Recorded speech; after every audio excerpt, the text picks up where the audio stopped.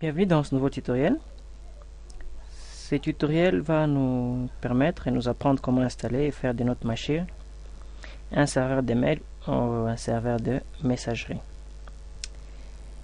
Un serveur de messagerie, c'est tout simplement un service qui permet à des utilisateurs de se communiquer dans un mode qu'on appelle un mode asynchrone, c'est-à-dire un mode où vous recevez un message et vous n'êtes pas obligé directement de répondre. Donc ce n'est pas un tic au tac, vous pouvez recevoir et répondre plus tard.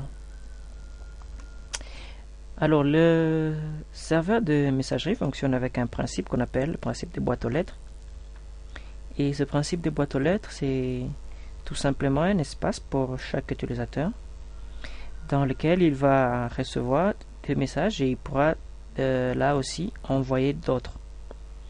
Et les messages qu'on envoie ici sont des messages sous un format électronique. Ce ne sont pas des messages comme des SMS ou comme de paroles. Les serveurs de messagerie que nous allons utiliser sur Linux ici s'appellent les Postfix. Il y en a d'autres sûrement, le SendMail et l'Exim, mais nous avons choisi d'utiliser les Postfix pour sa souplesse, sa facilité d'implémentation et il est très léger à utiliser. Nous allons en plus utiliser les clients mail et les clients graphiques. Et les clients mail que nous allons utiliser, la toute première catégorie, c'est la catégorie des clients web, donc un navigateur tout simplement avec Internet Explorer ou Firefox. Et le deuxième client que nous allons utiliser, c'est les clients Outlook. Les clients Windows, Outlook, et nous allons utiliser un autre client qu'on appelle les clients Linux, graphique sûrement, et c'est les clients qu'on va appeler le Evolution. Il existe déjà un programme qui va nous permettre de lire nos mails, qui est déjà open source, préétabli et préécrit, qu'on appelle le SQLmail. Il y a un autre aussi qu'on appelle le Roundcube, mais pour des raisons de simplicité d'apprentissage, je propose d'apprendre avec les SQLmail. Donc ce tutoriel sera composé de SQLmail comme application.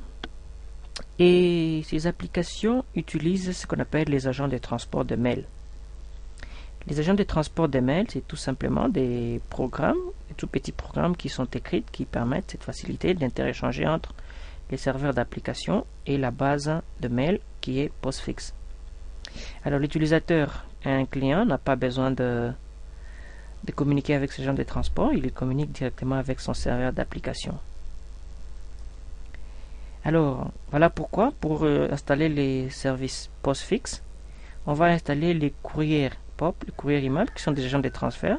Ce premier utilise les courriers sous le protocole POP et l'autre sous le protocole IMAP. POP, c'est une vieille version des transferts. Il y a POP 3 évolué. Et puis enfin, la version la plus optimisée, c'est les IMAP. Vient après les IMAPS, qui est sécurisé.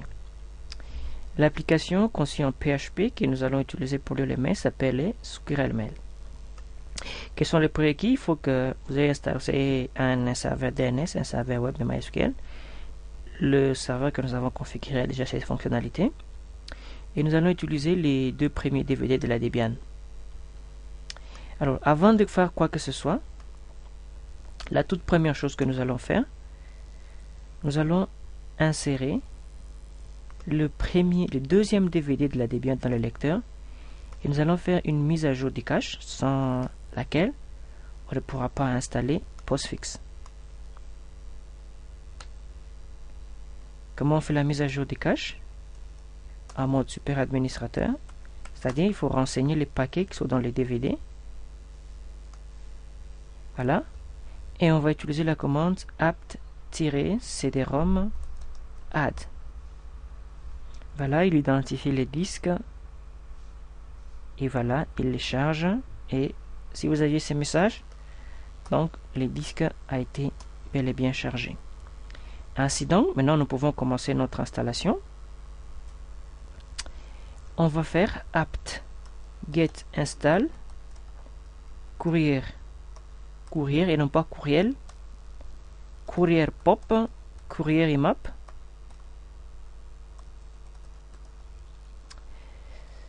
SQLmail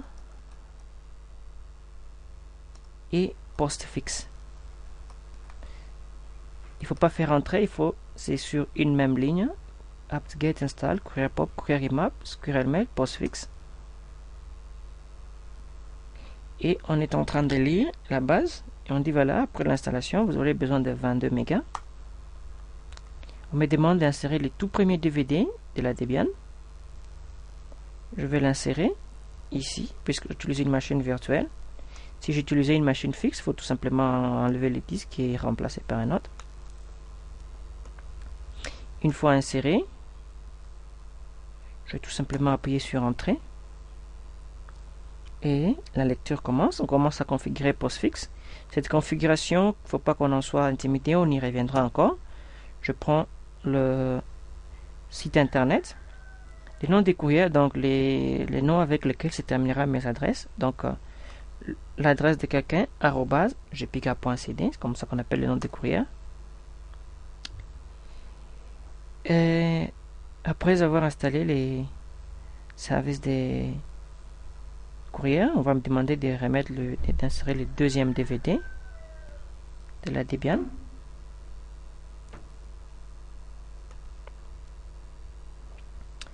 Je vais l'insérer. Dès que je termine à l'insérer, j'appuie encore sur Entrée.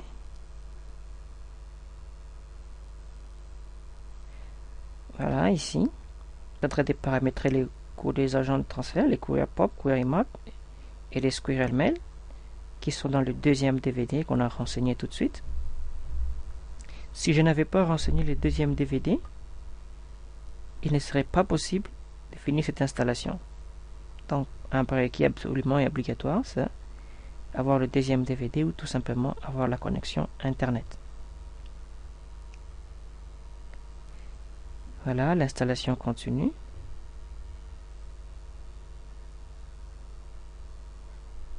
Voilà, on configure postfix encore. Et voilà, on a terminé l'installation de postfix. Maintenant, il faut les configurer. La toute première chose, je veux reprendre les configurations. Je vais faire un dpkg reconfigure postfix. Et je vais reprendre l'utilitaire que j'avais il y a quelques instants. C'est pour un site internet. Le nom de courrier, c'est la gpiga.cd. Les destinataires de courrier de route et des postmasters, je laisse à vide. Voilà, quels sont les domaines qui seront directement interrogeables à partir de ce serveur? Je vais laisser tout simplement gpiga.cd et localhost. Pourquoi gpiga.cd et localhost? Parce que je ferai des envois vers gpiga.cd et on pourra aussi me notifier sur mon localhost, donc sur mon réseau local, s'il y a des erreurs, s'il y a des problèmes avec le mail.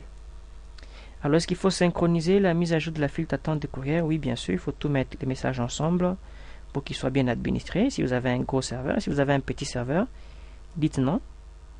Et pour mon cas, je dis non parce que c'est un petit serveur. Quels sont les réseaux qui sont directement connectés? Quels sont les réseaux qui seront concernés par ces services?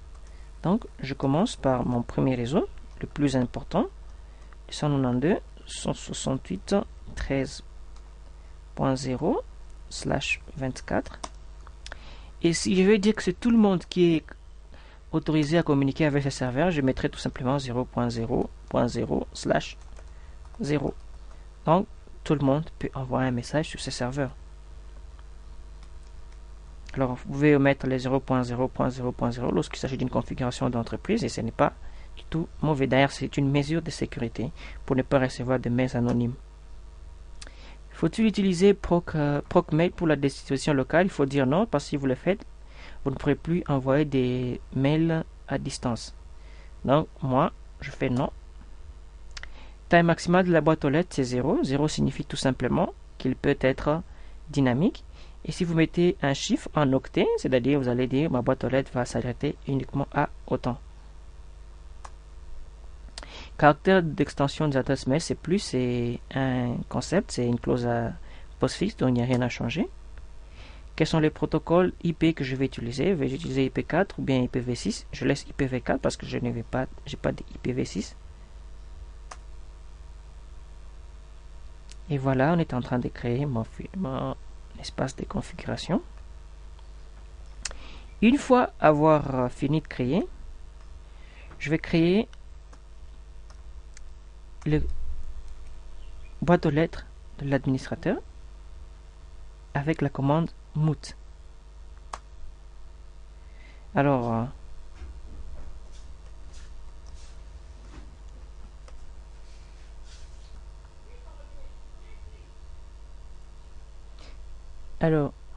le moot permet de créer le courriel des boîtes aux lettres. Si vous exécutez pour la première fois, appuyez sur O pour accepter. Et une fois après avoir appuyé sur O, vous appuyez sur Qui pour quitter. Et là, le boîte aux lettres de l'administrateur ou bien de route va être créé. Deuxième chose, vous allez créer une boîte aux lettres. Vous allez faire ceci. Mail dire make, donc créer un espace de boîte aux lettres, etc scale mail dire, et puis vous allez encore faire mail dire make dollar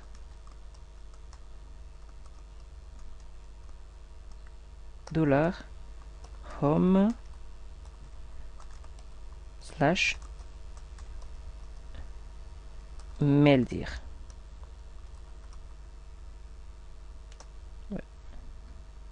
Voilà.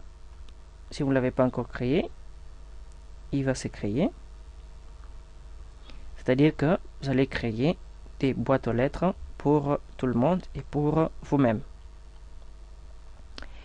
Après cela, on va aller éditer les fichiers de configuration des postfix. Il est dans etc postfixmain.cf. Et je vais ajouter une directive, les home underscore mailbox égale, je mets $ home slash mail dire. Une fois ceci terminé, je peux sauver et je peux faire service postfix restart. Voilà, s'il n'y a pas d'erreur, eh ben, le serveur a redémarré. La deuxième chose, c'est que je vais aller copier les fichiers de configuration de SQLmail qui s'appelle apache 2.conf dans le fichier déjà de configuration d'Apache qu'on appelle les fichiers conf.d. Et si j'essaie de regarder ls etc apache conf.d, je vois qu'il y a le fichier apache.conf, celui de SQLmail, il y a celui de phpMyAdmin qui sont déjà là. Alors tout ce que j'ai à faire, c'est de redémarrer le serveur. Donc service apache 2 restart.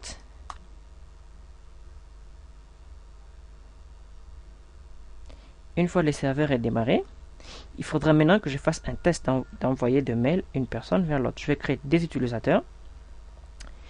Le tout premier va s'appeler Coco. Voilà, les mots de passe c'est toujours Coco. Coco. Alors le nom complet, disons qu'il s'appelle Coco lui-même. Il n'a pas de téléphone, il n'a pas de numéro personnel, voilà. Et le deuxième utilisateur que je vais créer, je vais l'appeler Lolo. Il s'appelle Lolo, avec comme mot de passe Lolo. Lolo encore.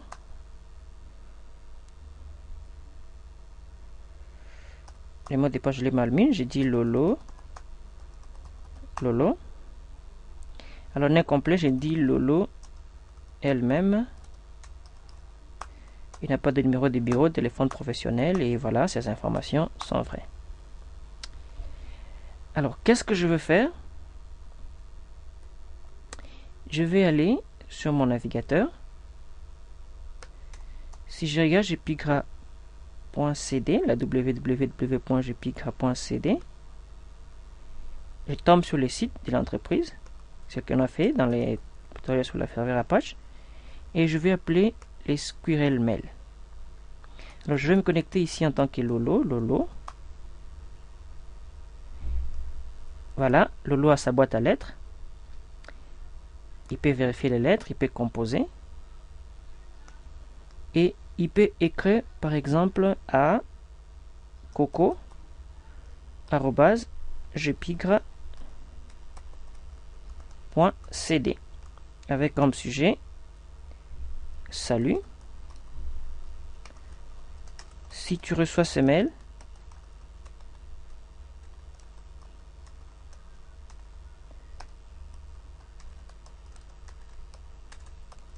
c'est que mon compte est actif. Et il peut envoyer. Il peut même mettre une pièce jointe s'il veut, maximum des mégas. Voilà, il peut prendre une photo. Par exemple, Java Principe. Et il envoie. Voilà, le message est allé. Je regarde dans les send message. Il a envoyé à coco@gpigra.cd. Et si je me connecte encore sur la gpigra.cd, @squirrelmail, cette fois-ci en tant que Lolo.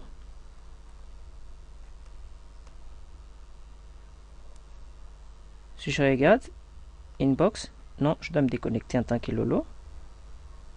Je dois me connecter maintenant en tant que Coco. Donc Coco. Voilà, si je regarde à l'intérieur, qu'est-ce que je fais? Il a envoyé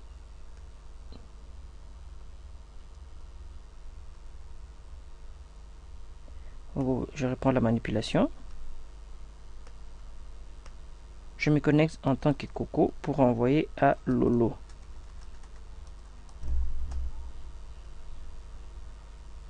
Voilà, je vais composer pour envoyer à Lolo @gpigra.cd. Si j'ai salut, comment,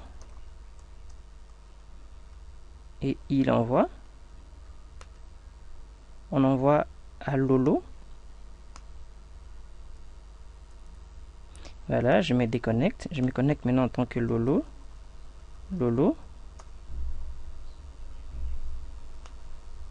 Et voilà, Lolo doit recevoir le message. Voilà, il a envoyé salut. Si tu as reçu ce message, donc mon compte est actif. Alors, voyons à partir maintenant de l'Unix.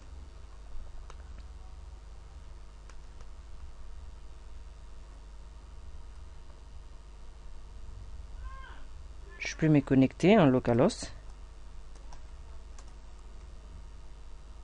Squirrel Mail. Je me connecte en tant que Lolo. Et bien, je vois la même chose, que Lolo envoie un message à gpigra. Je me connecte maintenant en tant que Coco. Et bien, je vois la même chose. Voilà, Lolo envoie un message à lolo@gpigra.cd. Deuxième manipulation, je vais maintenant utiliser un serveur de mail, un courrier de mail, lecteur de courriel évolution, comme client mail qui se charge.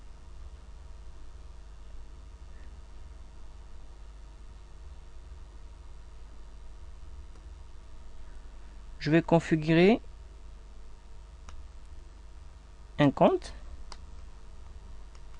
local que je utiliserai.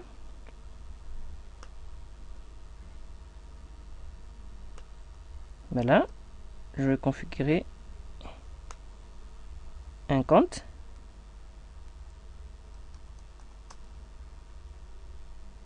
Je vais ajouter un compte. Le compte, ce sera le compte Cyril. Et ce sera Cyril @gpigra.cd. Puisque je suis déjà utilisateur, serveur, je vais mettre tout simplement la gpigra.cd. Nom d'utilisateur Cyril. Je fais suivant. Serveur encore, je mets gpigra.cd dans le serveur FTP. Et j'ai dit le serveur requiert une authentification. Je vais mémoriser les mots de passe. Suivant. Voilà, là c'est le compte cyril@gpigra.cd. Suivant. J'applique. Et on me demande les mots de passe. Je vais mettre les mots de passe, c'est 2S. Je vais demander qu'on s'en souvienne. Et voilà, je vais fermer. Et ici, cyril.gpigra.cd. Et là, je vois déjà que j'ai un message de route qui me dit quoi? This is the RED status update from MPT status D. The MPT status C program report the one of the RED's change state. Donc, j'ai déjà un premier message. Je peux déjà recevoir un message à partir de l'accès ici. Donc, si je me connecte à gpigra.cd SQL Mail, un compte graphique, en tant que Lolo,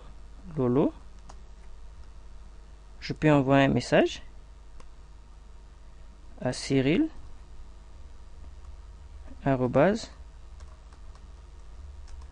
@gpigra.cd, message salut, comment, et j'ai dit voici mon adresse email. Voilà, j'envoie. Si je regarde dans les messages envoyés, j'ai envoyé le message à Cyril@gpigra.cd et je peux venir lire ici. Je fais boîte de réception.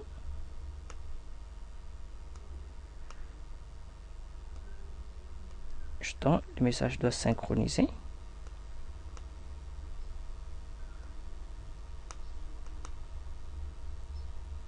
Aussi, à partir d'ici, j'envoie.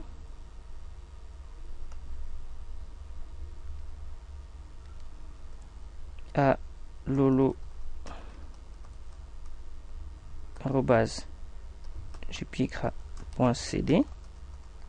Sujet hello.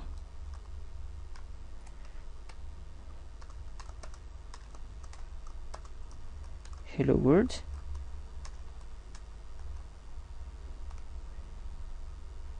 Et puis j'envoie.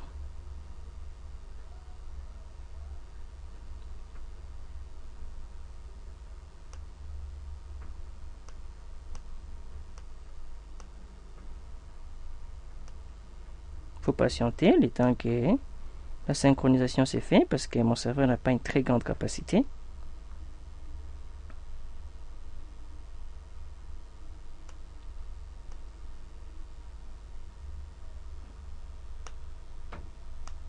Il faut tout simplement patienter pendant la synchronisation. Ça peut prendre un peu de temps. Sûrement, le message doit venir. Alors, la deuxième chose, c'est que je peux configurer maintenant Outlook pour lire les messages sur mon domaine. C'est la configuration la plus importante.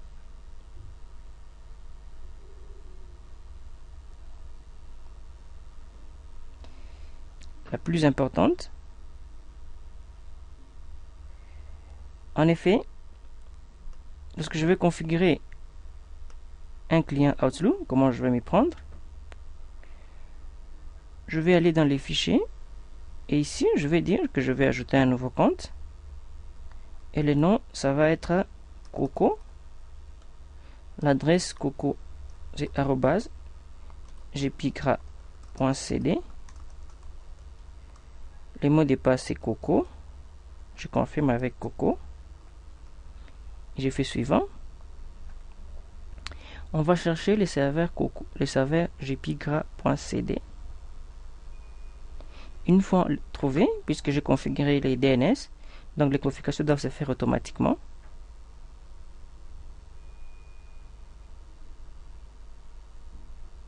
On a dit voilà, on a trouvé les réseaux, on a créé la connexion, mais il n'y a aucune connexion chiffrée entre jpigra.cd et nous.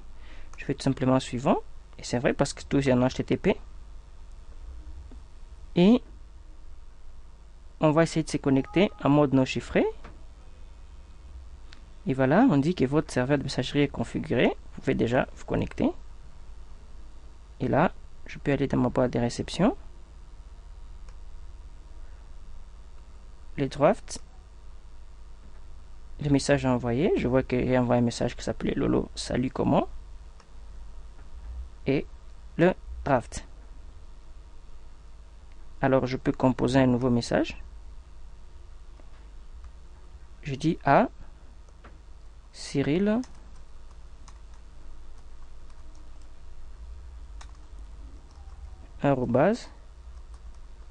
@jpigra.cd,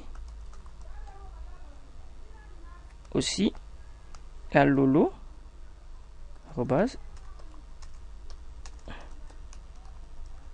@jpigra.cd. Objet test Outlook.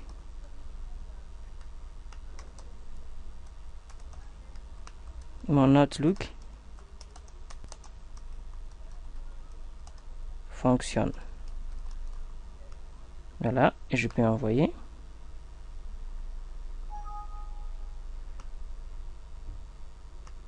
Alors si je regarde dans les send message, j'ai celui-là et celui-là. Donc, je dois recevoir dans ma boîte aux lettres Cyril.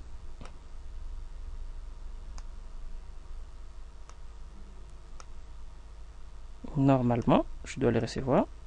Mais puisque le temps de synchronisation prend un peu, puisque j'ai un serveur de faible performance, eh bien, il viendra après un moment. Et si vous avez une bonne machine, les messages doivent déjà apparaître d'un moment à l'autre.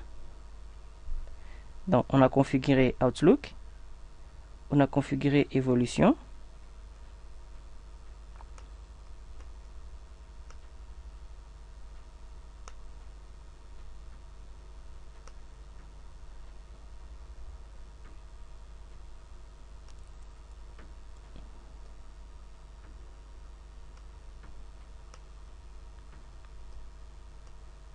Voilà, on a configuré Outlook, on a configuré Évolution. Donc, normalement, notre serveur fonctionne très bien. Le temps de synchronisation, si vous avez un bon serveur, et vous aurez très bien installé votre service de messagerie. Merci d'avoir suivi ce tutoriel qui vous a présenté comment configurer les services de messagerie sur Linux et Debian, et nous vous invitons à suivre le prochain tutoriel qui vous apprendra comment configurer les serveurs de partage Samba sur votre domaine, sur votre ordinateur.